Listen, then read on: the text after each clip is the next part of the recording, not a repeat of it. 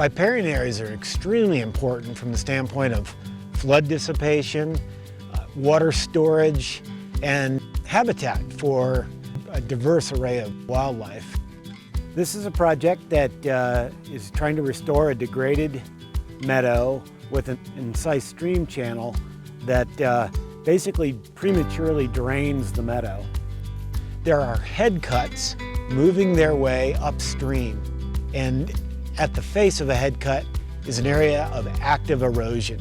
So as those head cuts move upstream, they are taking all that good, healthy meadow soil that stores water, and they're flushing it downstream.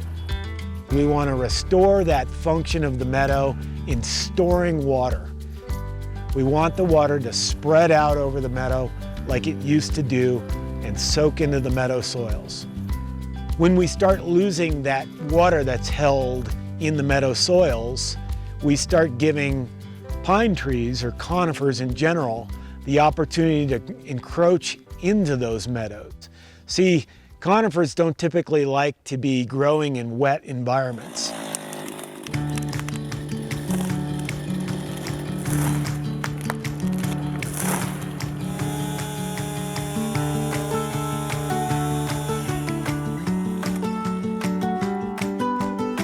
This phase of the project, phase 1, is aimed at containing that erosion, getting the channel dimensions right, and stopping the head cuts.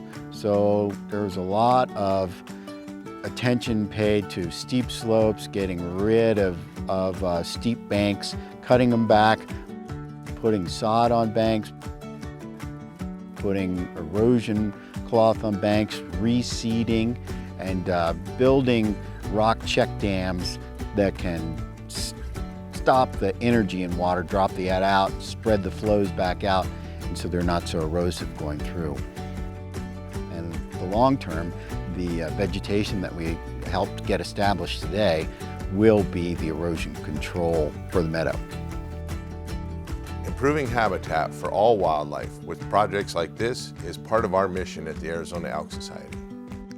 The AES has an incredible cadre of dedicated volunteers to bring to these projects. We have reshaped the channel banks, reshaped the head cuts, we've installed loose rock structures, we've installed erosion control matting, and seeded the meadow.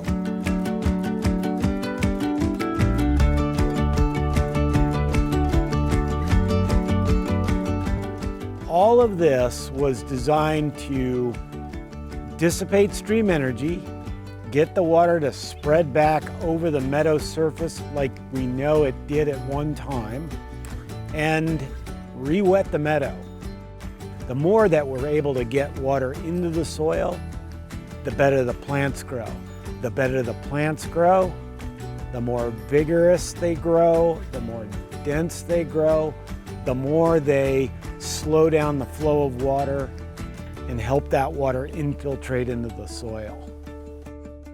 Long Valley Meadow has a hard layer just under the surface that prevents moisture from seeping into the ground. The AES purchased a keyline plow from Australia that can penetrate this layer and allow moisture to seep down into the soils. A cutting wheel slices through the vegetation with minimal impact, and the tine is shaped to penetrate down to 16 inches, thus providing a channel for the water to enter into the meadow soils. Contour plowing across the meadow in strategic places above the head cuts enhances the water penetration in the meadow, which increases the water retention and productivity of the meadow. If you go out there today, what you're going to find is native grasses growing up to 2 feet high.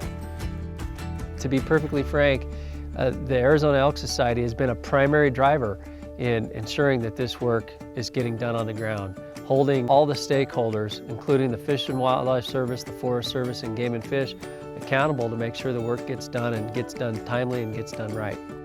The work on the ground is quality, and their capacity seems to grow every year.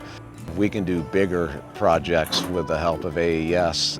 We really appreciate the work the Arizona Elk Society does to actually help us move towards that restored condition goal. It's a pleasure to work with the volunteers from AES to move us forward. One of the most exciting things about working with this group is that leadership of the Arizona Elk Society really supports being innovative and adaptable and flexible in bringing new approaches to the restoration of our headwater meadows, our stream systems, and our riparian areas. They're helping us with the design, and they're helping us all the way through implementation.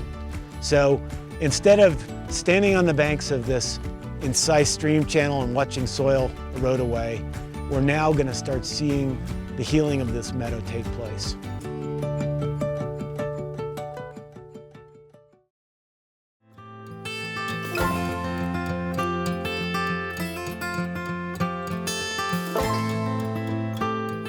Last year we had the phase 1 restoration, and this year we're implementing phase 2. In this phase, we are implementing a few different ideas to spread water across the meadow surface where it used to flow naturally. This technique is called plug and spread, and the idea is to take a gullied stream channel, a stream channel that's been cut down into the meadow, and to plug it with an earthen plug, and then to excavate a shallow trench with a log sill that represents a weir.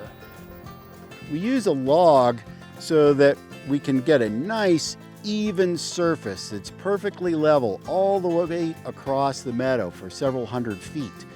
And so we use a laser level to set the log into place, and it's set right at grade. So a backhoe has to come along, dig a trench, and then you set this log perfectly even all the way across, checking it with the laser level in many different places.